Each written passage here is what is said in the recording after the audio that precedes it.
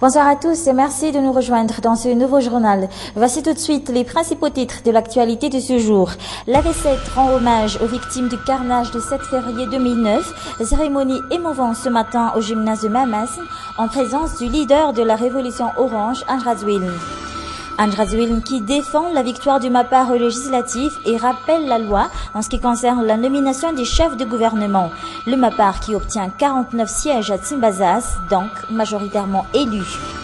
Et dans les actualités internationales, ouverture des Jeux Olympiques d'hiver de Sochi, la Russie a 1000 paquets, 3000 artistes devant 40 000 spectateurs pour un grand show de près de 3 heures. Ce sont les Jeux Olympiques les plus chers de l'histoire de l'olympisme, 37 milliards d'euros. Et enfin, la tempête Kumela continue de longer les côtes du nord-ouest de la France. 20 départements sont placés en vigilance orange pour les crues. Plus de 55 000 foyers sont sans électricité.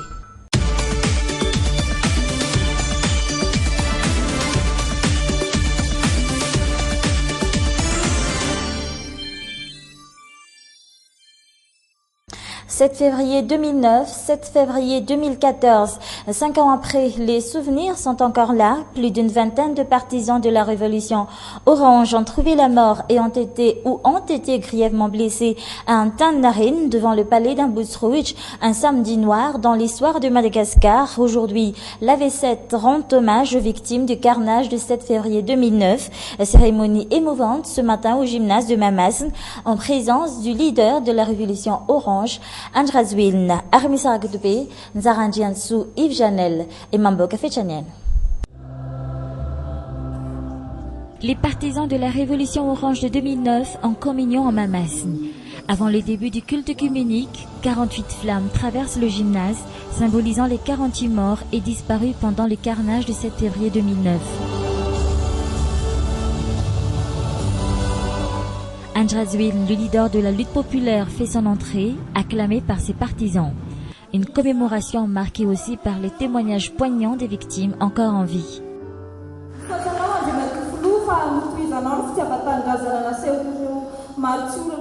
Nous vous remercions, Monsieur le Président, pour avoir gardé le patriotisme en vous. Je prie également au bon Dieu pour que notre Père repose en paix. Il a fait couler son sang pour nous et pour le pays, car la vie est sacrée, la patrie est sacrée.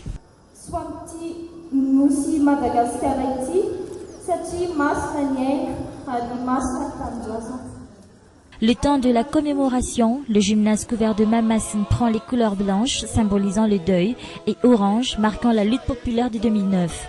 Des chants soigneusement choisis pour célébrer la patrie, mais la cérémonie d'aujourd'hui dépasse les simples commémorations. Une occasion pour les partisans de la révolution orange de renouer avec leur leader. Même les discours laissent transparaître le fond de leurs pensées. La lutte populaire que vous avez menée sera à jamais gravée dans l'histoire de Madagascar. Ange Razouilne.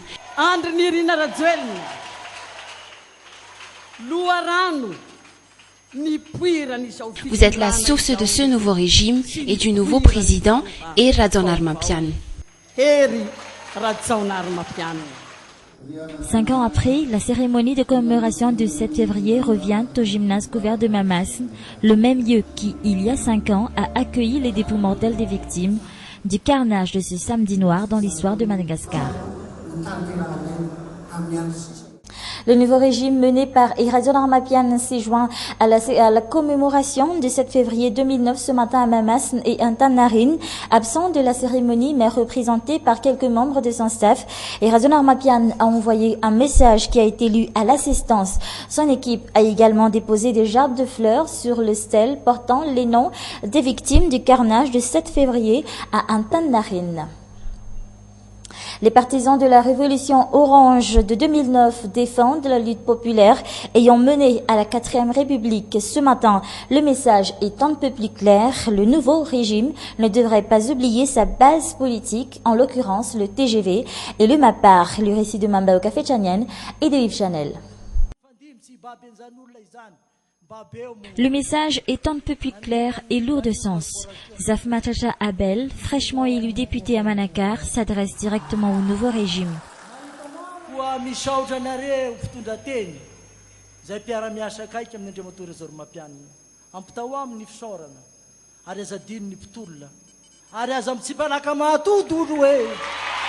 Transmettez au président Irazon Armatian nos remerciements et notre reconnaissance. Dites-lui de ne pas oublier la lutte populaire. Nous sommes prêts, oui, nous sommes prêts à travailler avec lui.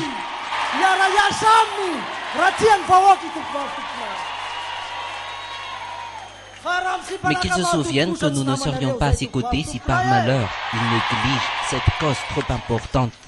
On n'achète pas le pays. Le redressement de la grande île est notre lutte désormais.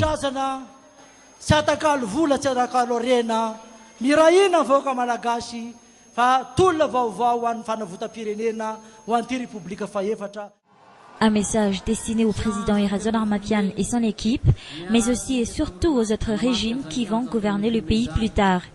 Le chanteur Sarirak et animateur de la place 13 mai n'a pas manqué de rappeler la force du changement ayant mené au renversement du régime de Ravalomanana. Cher président,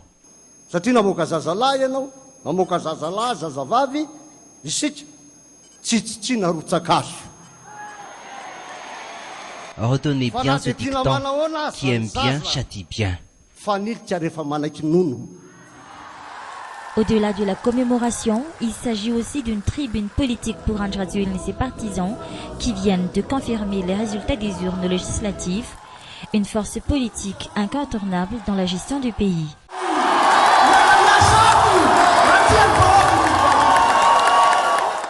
Et avant cette cérémonie, nous avons rencontré une des victimes du 7 février 2009. Ce père de famille qui a failli perdre la vie à Mboutsrouich lors du carnage du 7 février 2009. 5 ans après, il se souvient encore de chaque détail de ce samedi.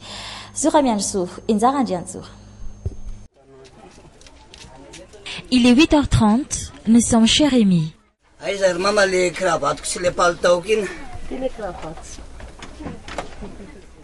Notre hôte se prépare pour aller à la cérémonie de commémoration du 7 février à Mamas. Tous les ans depuis 5 ans, c'est toujours de la même façon que ce père de famille, une des victimes du carnage du 7 février, vit cette journée. C'est quelque chose que j'ai vécu. Ça m'a marqué d'avoir reçu des balles le 7 février 2009. C'est une date que je n'oublierai jamais.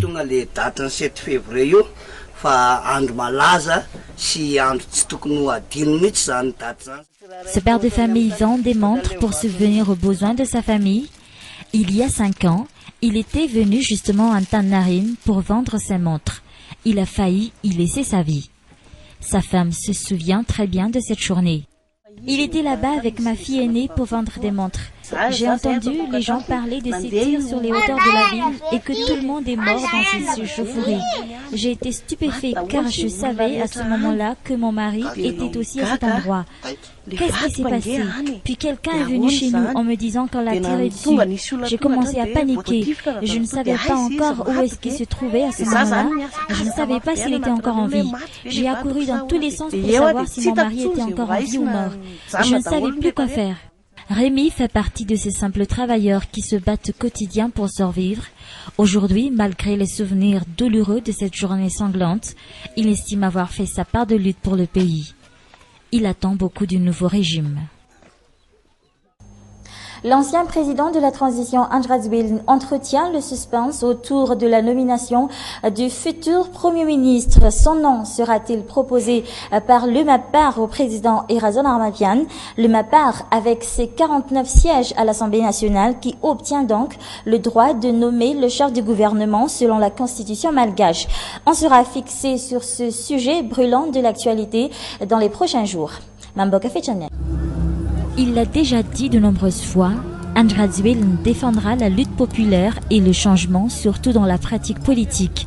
Il y avait une lutte populaire à Madagascar. J'étais le leader de cette lutte et je suis toujours là pour protéger la lutte populaire dont j'ai menée à Madagascar. Il ne faut pas que cette lutte soit déviée. Le message est aussi clair de la part de l'ancien président de la transition. La nomination du Premier ministre par le MAPAR suit la logique et respecte la loi. Le MAPAR, qui avec ses 49 sièges, est aujourd'hui majoritairement élu à l'Assemblée nationale. Mais alors, si ce n'est pas Andrazuil, quel nom va proposer le MAPAR? Cette plateforme sera en réunion à partir de ce jour pour justement statuer sur cette nomination.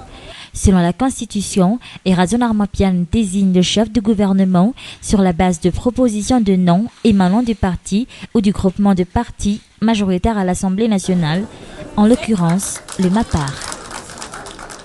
Dans les actualités internationales, jour J pour les Jeux Olympiques d'hiver de Sochi en Russie. Le pays de Vladimir Poutine veut montrer sa grandeur. 35 000 à 40 000 forces de sécurité sont déployées. Il y a 98 médailles d'or en jeu avec 12 nouvelles spécialités. Reportage de France 24. À la gare, il faut montrer patte blanche. Pas question d'approcher le site olympique sans être enregistré et bénéficier d'un pass. Les fans des Jeux sont prévenus. Un dernier contrôle du bus et les touristes peuvent enfin monter vers Sochi.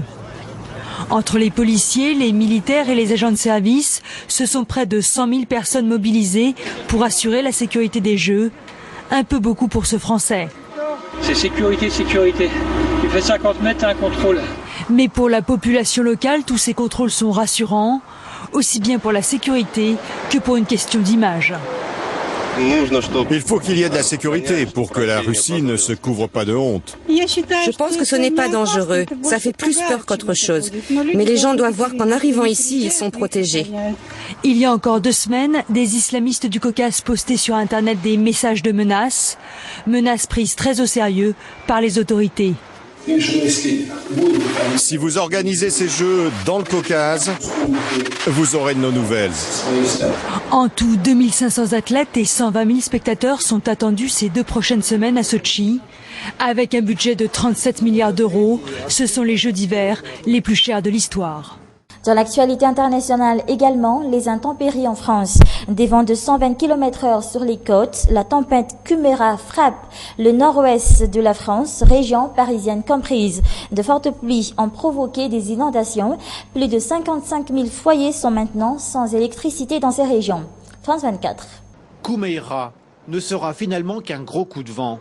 Mais c'est l'effet cumulé des pluies incessantes de ces dernières semaines, des sols gorgés d'eau et des grandes marées qui fait craindre le pire.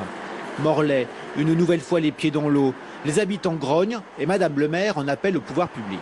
Ça suffit maintenant, il faut agir, il faut que l'État, que le territoire en tire les leçons et que tous ensemble, nous prenions les mesures qui s'imposent pour que...